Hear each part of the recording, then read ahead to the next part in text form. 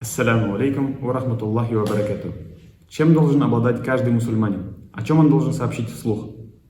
Мы продолжаем уроки по книге Ибадат Исламия, и тема нашего урока – вера и подтверждение веры. В исламе вера, иман, это главное, чем должен обладать каждый достигший совершеннолетия разумный человек. Вера – это признание сердцем, душой и подтверждение веры, проговаривание об этом вслух. Каждый мусульманин, уверовав в истинность религии ислам, должен сообщить об этом вслух, подтвердив свою веру. По-арабски это звучит так.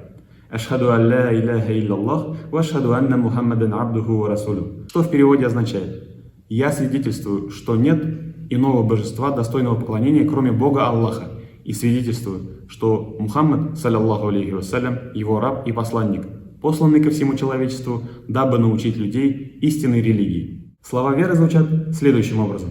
«Аманту биллахи ва малайкатихи ва кутубихи ва русулих, валь йоумил ахири, валь кадари хайрихи ва шаррихи мин Аллахи та'аля, валь ба'ата ба'даль маут», что в переводе означает «Я верую во Всевышнего Аллаха и в Его ангелов, в божественные книги, в посланников, в судный день и в то, что все доброе и злое по предназначению Всевышнего Аллаха, и что после смерти непременно последует воскрешение». На этом наше занятие подходит к концу. На следующем занятии мы поговорим о Всевышнем Аллахе. Спасибо за внимание. Ассаляму алейкум ва рахматуллахи та'аля ва баракату.